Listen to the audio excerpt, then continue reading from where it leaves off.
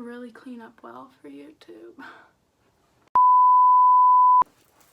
Hi guys, welcome. Thank you for joining me today. Today's video is,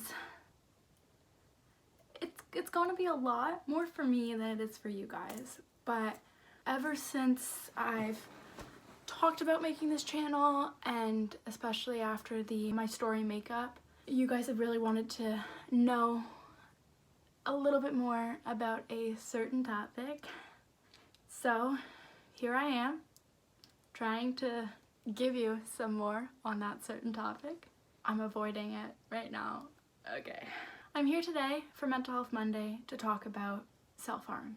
I'm hoping to give some information about why it happens,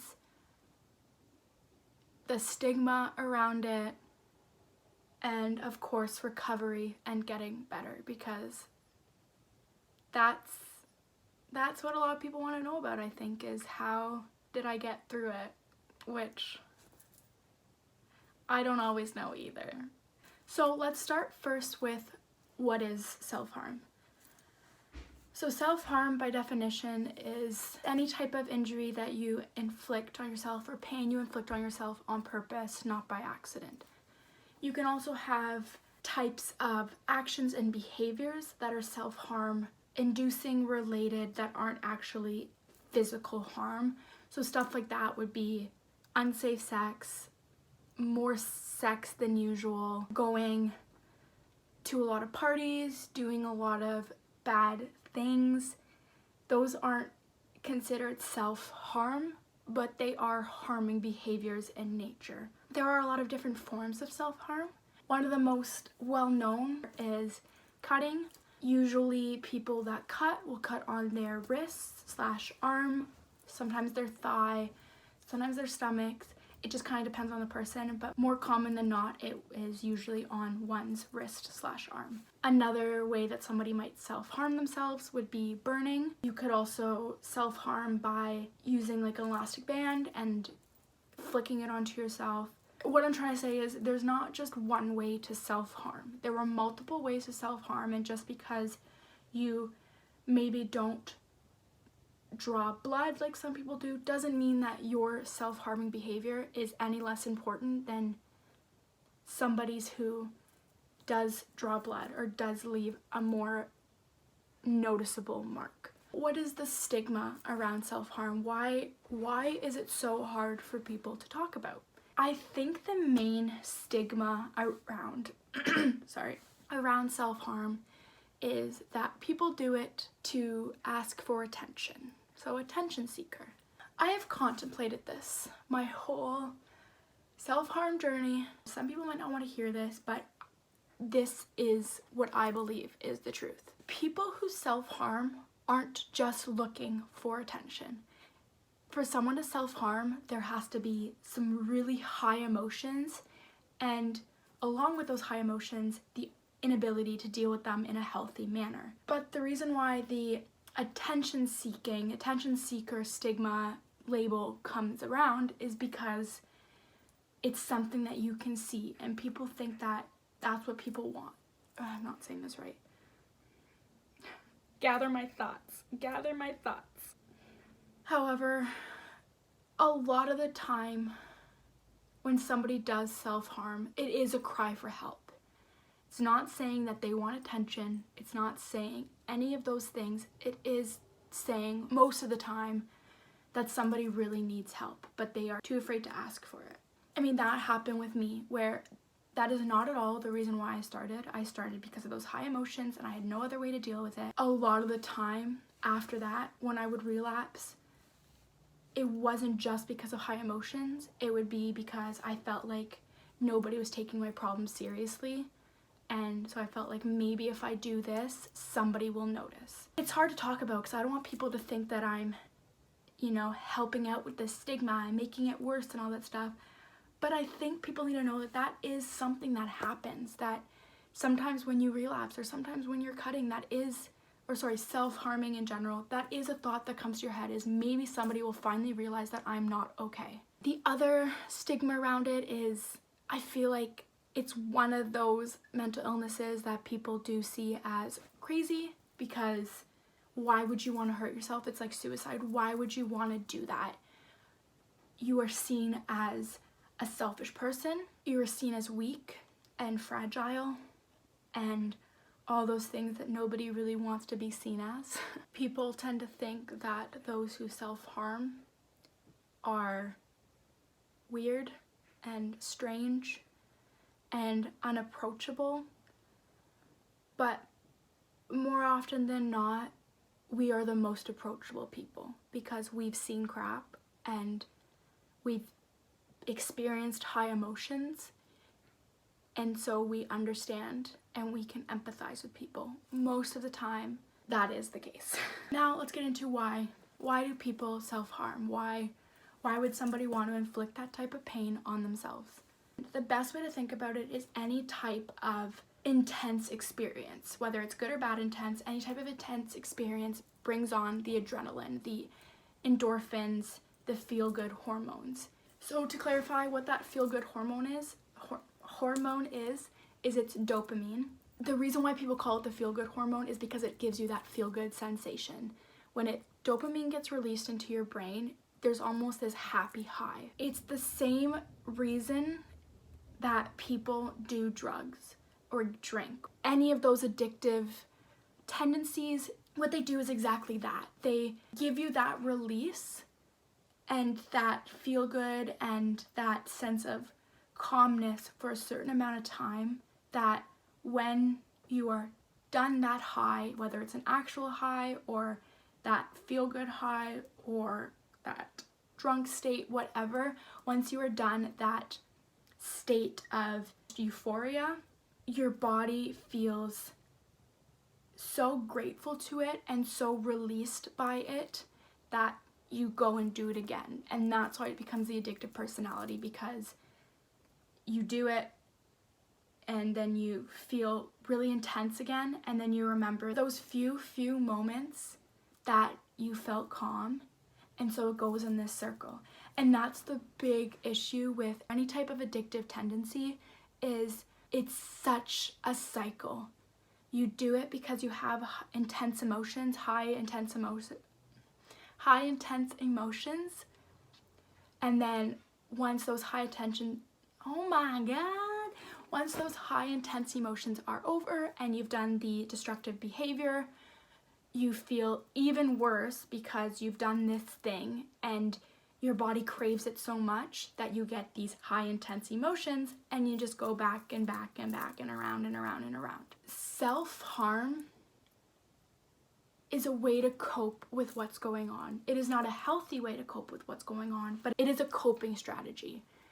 And that's what people don't realize, is they think that, I guess that's also to do with the stigma, is people think that you're just doing it for attention, or you're just doing it because, or whatever. But for a lot of people, that is one of their ways to get through life. When I was cutting, it felt like it was keeping me from killing myself, so why would I stop it?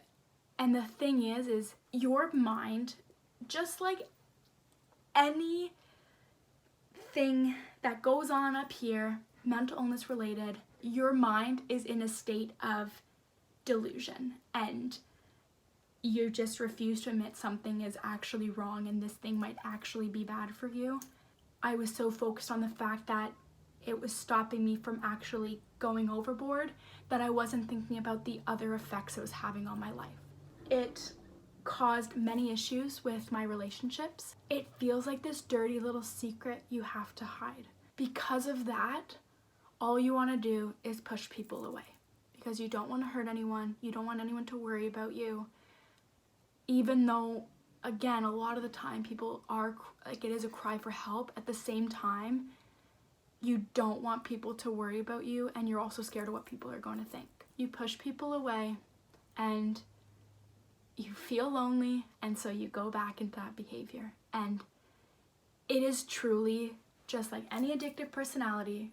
I did it again. Just like any addictive tendency, it is so hard to stop that cycle. For me, you feel so angry at yourself and you feel so much shame for what you're doing that it just intensifies those emotions even more and makes it even harder to stop what you're doing, because you're not being gentle with yourself. You're not being loving to yourself. You're instantly going to, I'm a screw up, I messed up, and all those things that it feels near to impossible to stop that cycle. And not even that, but you have no idea where you would even start. You don't have any idea of where that change would come from, and it never feels like the right time, because you get so wrapped up in this bad behavior that it becomes a routine and it becomes a way of life, and it's hard to remember that you got through things before that. You feel like you didn't. You feel like you didn't get through things before this bad behavior.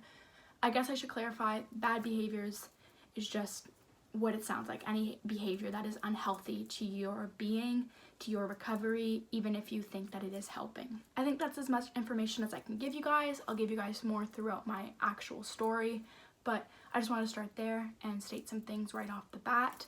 So I had thought of self-harming since about grade 5. As I kind of mentioned in my story makeup challenge video, I got bullied really bad in grade 5, and it was one of the worst years of my life, and I've had a lot of bad years since then, but I think the reason why that one was so bad is because it was the first time in my life that I experienced such high emotions, and because of that, I had no idea how to cope. I had no previous experience. I was still so young that I was scared to talk about it, because it felt like nobody my age was going through those things, and even if they were, there was this idea that, oh, you're just a kid, you can't actually be feeling these things. So I started to experience those in grade 5, those feelings, those thoughts, and started to experience the thoughts of starving myself, and just a lot of really nasty thoughts and suicidal thoughts. As much as this video is for you guys, it's also for me, because I am constantly working on forgiving myself, and not just for things that have happened recently, but even things that happened in grade 5, the things I thought, the things that I wanted to do. And practicing forgiveness with yourself is such a big part of recovery, especially when it comes to these bad behaviors. So that happened, and then they were really intense in grade 6, to the point where everything seemed like a weapon to me. I was so scared. And again, I still had no idea how to cope with any of these things. I had no idea what half of these emotions were really called, or a name to these emotions. So yeah, I started seeing a therapist in grade 6, I think, who I loved and I still love. I would not have made it through my childhood and preteens without having her in my life. And then middle school was all right. I had this epiphany in middle school that kind of ended up going downhill by high school, but you know, this whole life is too short and blah blah blah, and the reason why was because I experienced about 3 or 4 deaths within the span of a year, and I finally realized, what's the point of all of this?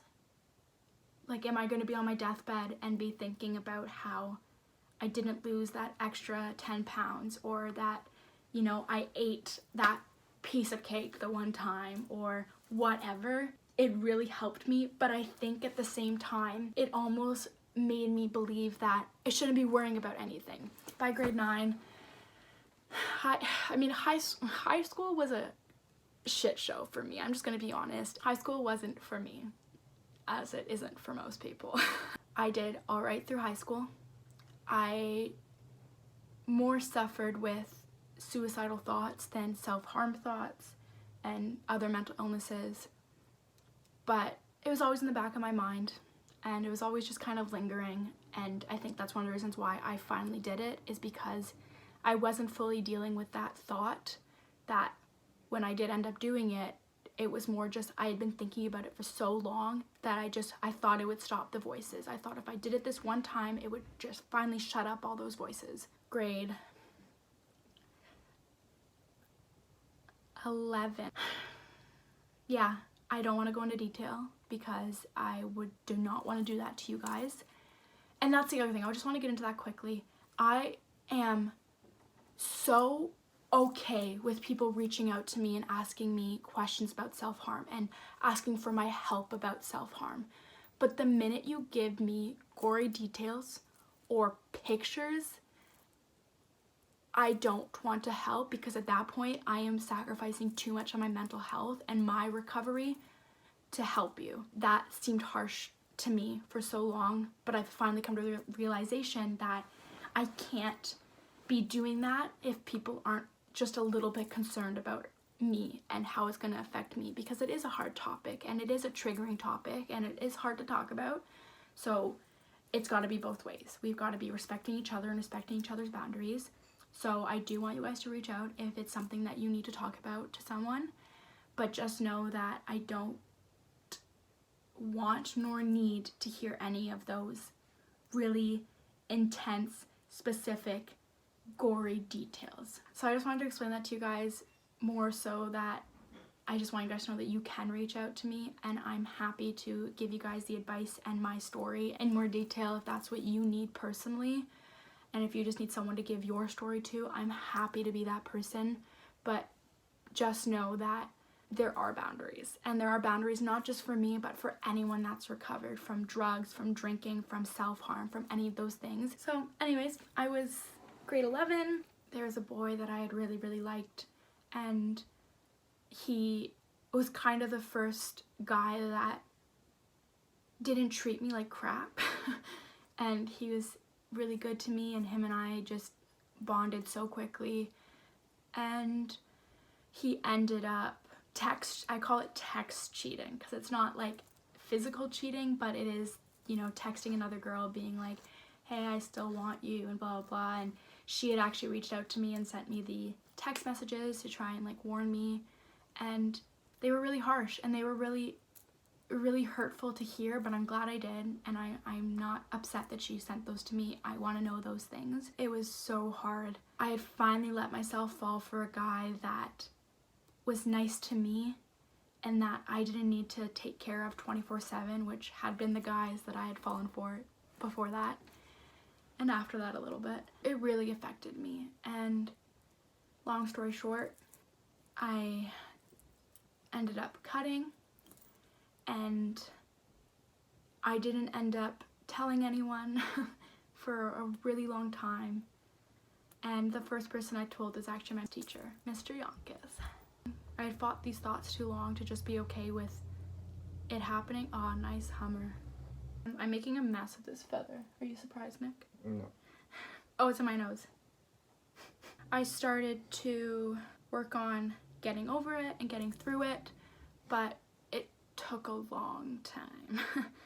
So I would last about a week, and then I would relapse, and then a week relapse, and then maybe 2 weeks, and then maybe a month, but I would always end up relapsing again. At that time, my therapist that I had been seeing since grade 5 was going on a leave, so my mom looked into trying to find me a new therapist so that I still had someone to talk to and still had someone to go to and be there for me, but she wanted it to be focused on these bad behaviors and the self-harm and the suicidal thoughts. So we ended up finding the lovely Frank, who just completely changed my life. I have been very fortunate with my therapists and my psychologists, so I am grateful for that. His type of therapy is called DBT, so it's called dialectical behavior therapy, and what it does is it focuses on those bad behaviors and changing those thoughts. It's more focused on the patient instead of just sitting and talking about your problems. So it was a very different type of therapy than what I was used to. It was a more intense type of therapy because it was, what are you going to do about it? What's the next step? It wasn't just let's talk about this. It's what's going to happen next. Yeah, it's done great, and I am thankful for him. Everyone is thankful for Frank, even people that everyone, even people that don't know him. He's like famous in my friend circle, my friend group, the famous Frank. There's so many feathers everywhere. Self-harm for me was a release. And I think every time I did it, it was something different, but usually it was that release, and that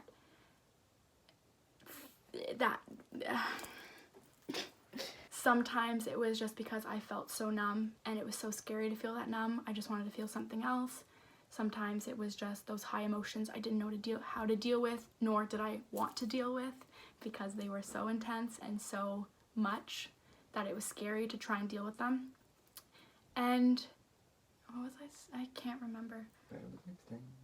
Huh? Hmm? Better luck next time? Mm-hmm. It just kept me feeling something most of the time, and that's so scary. There's the hummer again.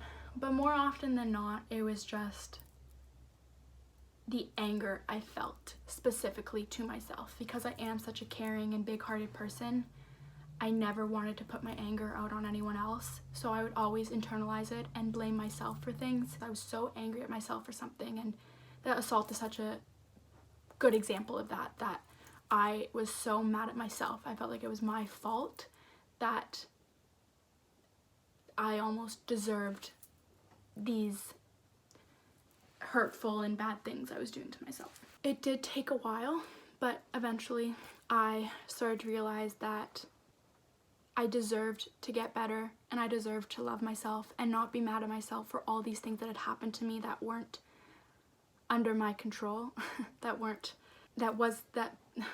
anything that wasn't anything. You can do it. Maybe. It was really, really hard to realize that there are a lot of healthier ways to cope, and I deserved those healthier ways. Nobody tells you that recovery isn't just you get to a year and you're okay. And I think that's why it's so scary for people, because it feels like, you know, you're in this routine. Why would you get out of it? And why would you take the time and the effort to get out of it if you're doing fine?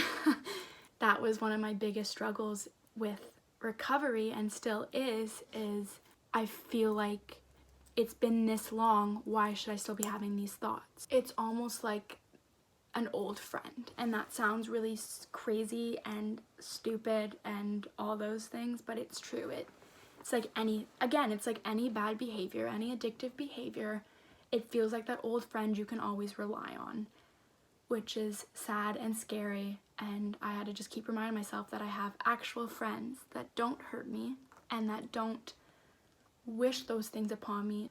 I think one of the other things I realized with recovery is, I kind of talked about this at the beginning of the video, but that forgiveness. And instead of just being angry at myself for doing this bad behavior, which again, the cycle, I started to go, okay, this thing happened and you're not any less worthy of getting back on track just because you relapse, or you're not any less worthy of love and forgiveness because of this thing.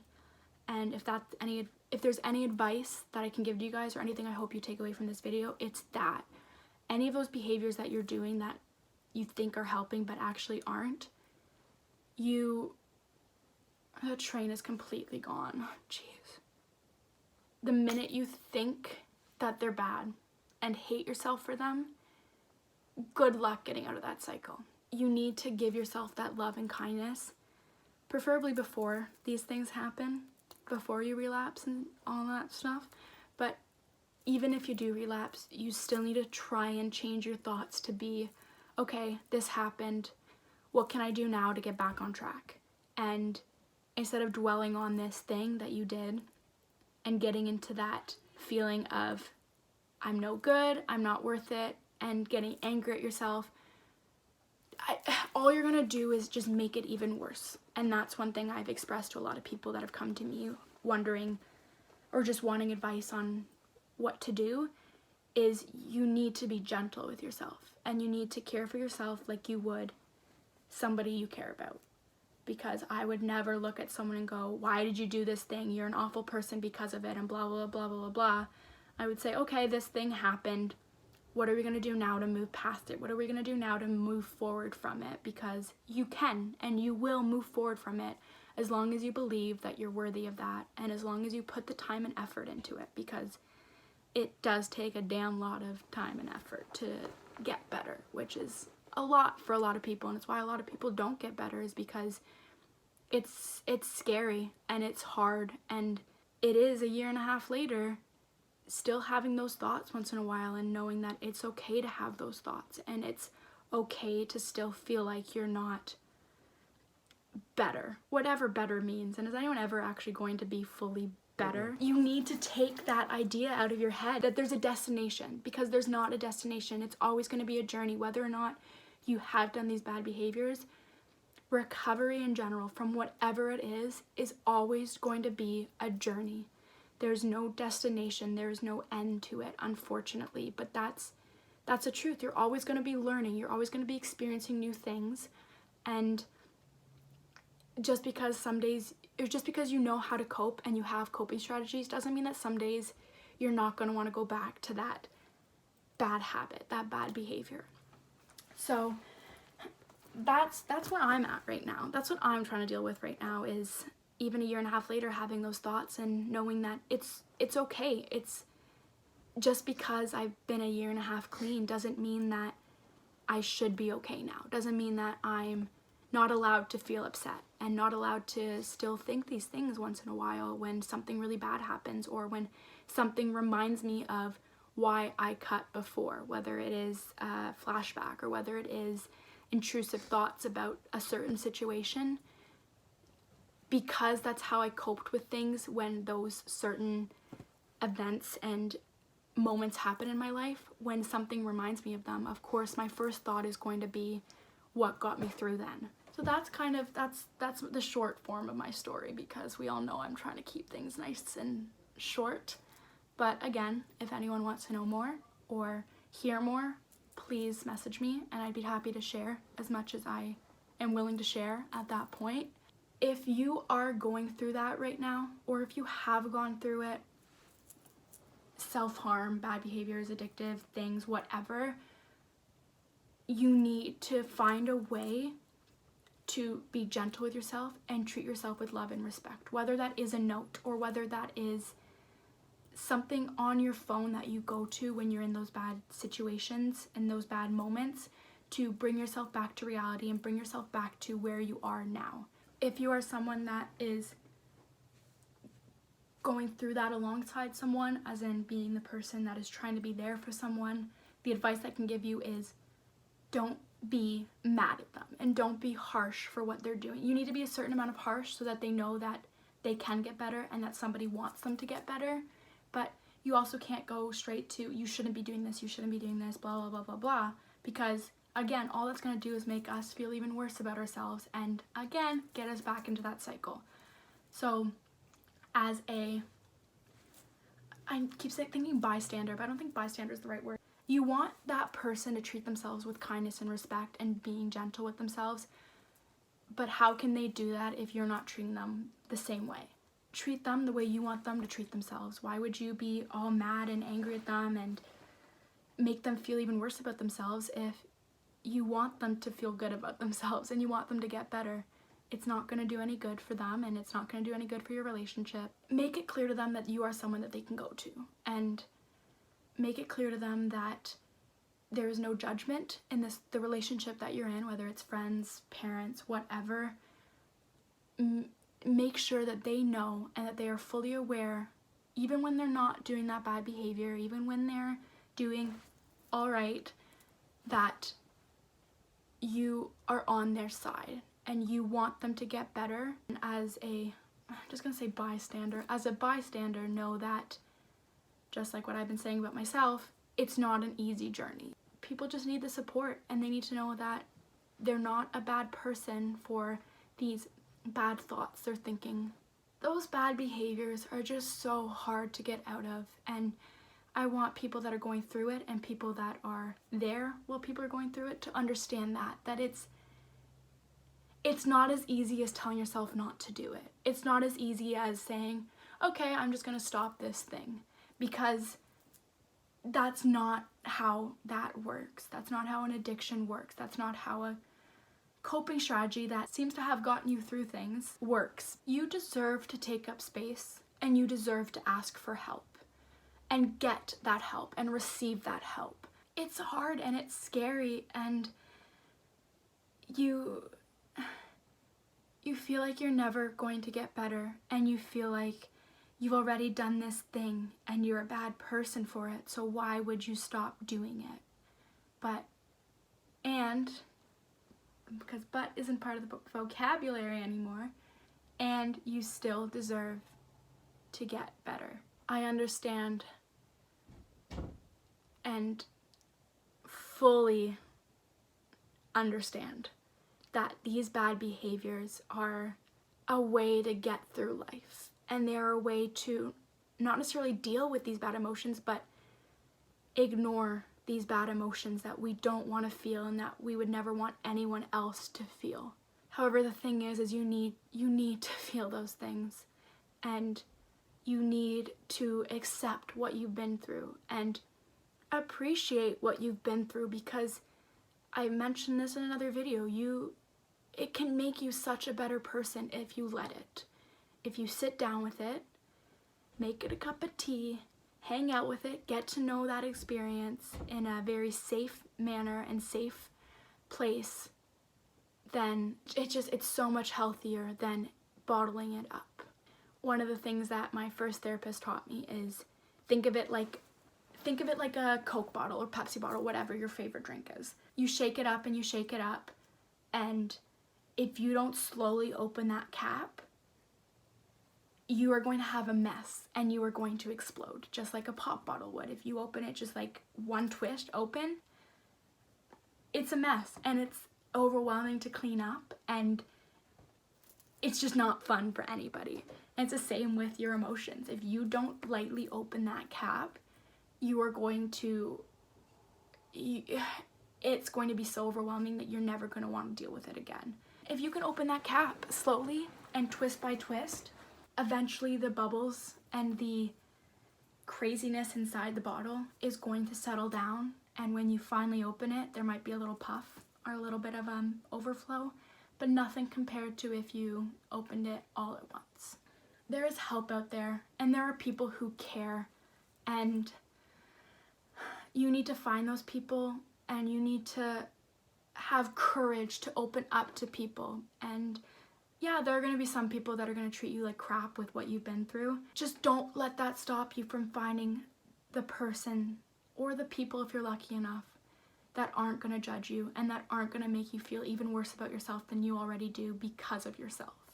There are other ways to escape reality if that's what you need to do. And I talked about that in my importance of being alone.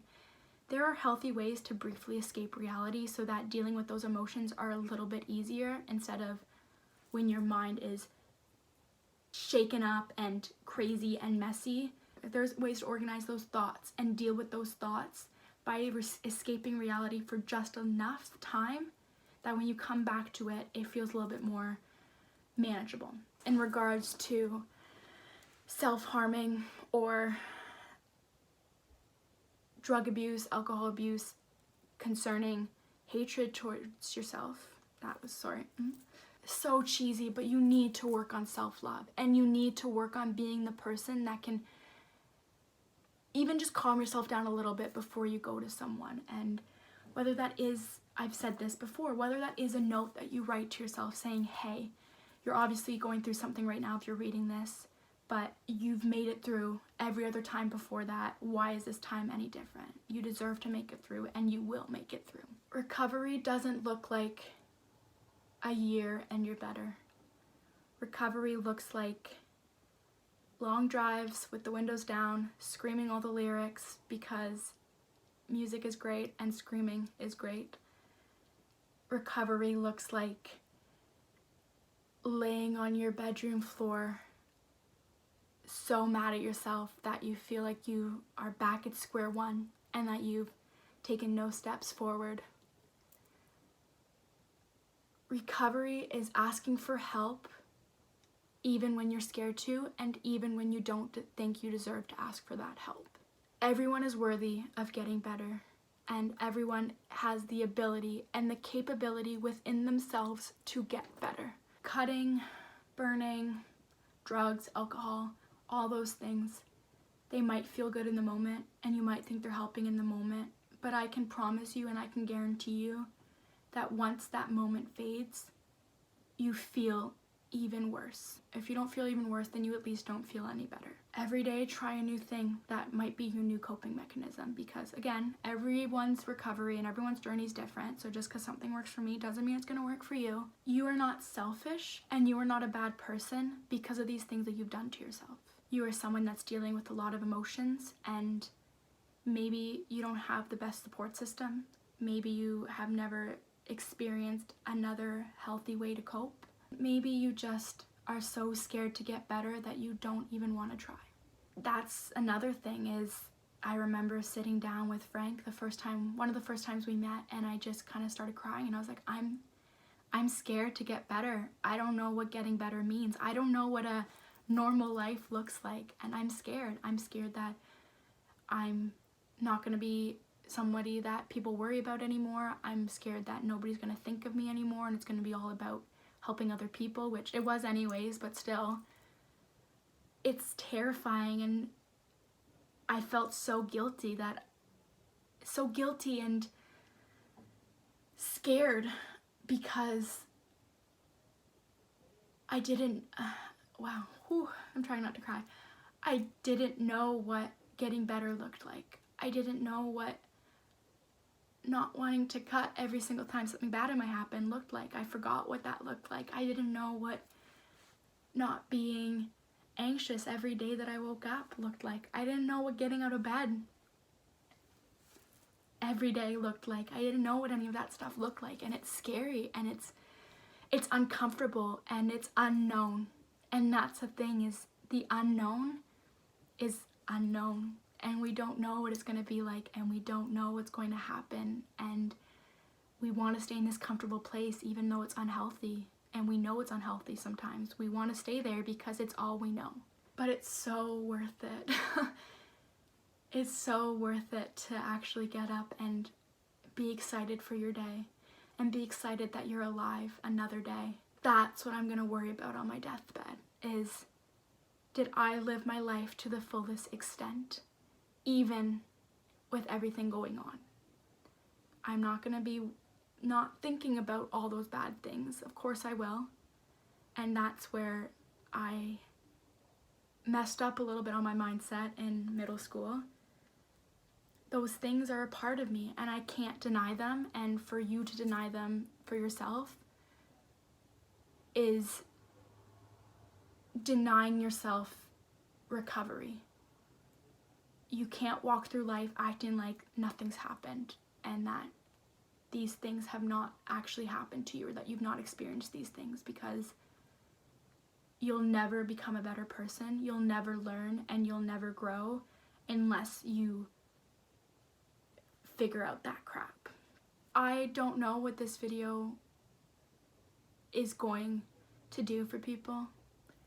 I didn't even get across half the things I wanted to, and I've already been filming quite a long time.